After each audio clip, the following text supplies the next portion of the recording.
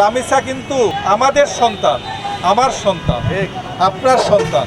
এদেশের মানুষ আছে, বিচার হতেই হবে। এদেশের প্রভাবশালীরা ধর্ষণ করে পার পেয়ে যায় রাজনৈতিক আশ্রয় প্রশ্রয়ে, প্রশাসনের সহযোগিতায়। এটা এদেশের কালচার। শুধু কি রামিসা ধর্ষণের পরে খুন হয়েছে বাংলাদেশে? একটা রামিসা, হাজার হাজার রামিসা। রামিসার যে ভিডিওটি আমি দেখেছি, যে চিত্র আমি দেখেছি, আমার প্রেশার কাল থেকে অনেক বেশি। আপনারা হয়তো লক্ষ্য করছেন আমার কণ্ঠ কাঁপছে, আমার হাত কাঁপছে। আমি আসলে এটা নিতে পারছি না। রামিসা কিন্তু আমাদের সন্তান, আমার সন্তান, আপনার সন্তান।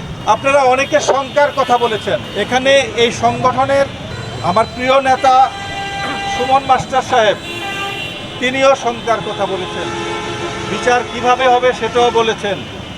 আমি কিন্তু বিচার নিয়ে মোটেও শঙ্কিত নই। কারণ যে ধর্ষক সে প্রভাবশালী নয়। এটা সারা বাংলাদেশের মানুষের হৃদয়কে কাঁপিয়েছে, ভাইরাল হয়েছে। মাননীয় প্রধানমন্ত্রীর দৃষ্টিগোচর হয়েছে। তিনি আইনমন্ত্রী সহ, স্বরাষ্ট্রমন্ত্রী সহ হাজির হয়েছেন রামিসার বাড়িতে। এই বিচারটা হবেই হবে। আমরা তো আছি, এদেশের মানুষ আছে, বিচার হতেই হবে।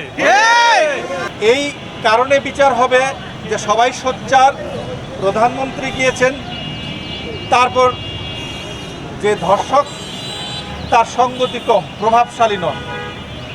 এদেশের প্রভাবশালীরা ধর্ষণ করে পার পেয়ে যায় রাজনৈতিক আশ্রয় প্রশ্রয়ে, প্রশাসনের সহযোগিতায়।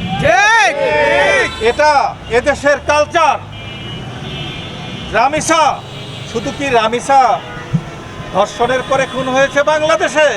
একটা রামিসা, হাজার হাজার রামিসা।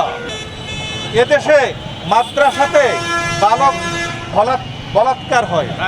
যে দেশে এই পরিস্থিতি, সে দেশে আসলে বাস করা যায় না। এটা দেশ না, এটা আমরা দেশ বলতে পারি না। কিন্তু আমরা আর কোনো রামিসার ধর্ষণ এবং খুনের ঘটনা দেখতে চাই না। আমরা রামিসাদের বিচার চাই। আমরা একটা জিনিস দেখেছি, আমরা সবাই তো বিচার চাই না। আমরা একটা জিনিস দেখেছি, যারা ধর্ষক তারা কিন্তু সুস্থ মানসিকতার নয়, কুমানসিকতার। তারা কিন্তু ভালো প্রকৃতির লোক নয়। তারা কোনো না কোনো কারো আশ্রয় প্রশ্রয়ে থাকে। তারা মাদক সেবী নয়তো মাদক ব্যবসায়ী থাকে।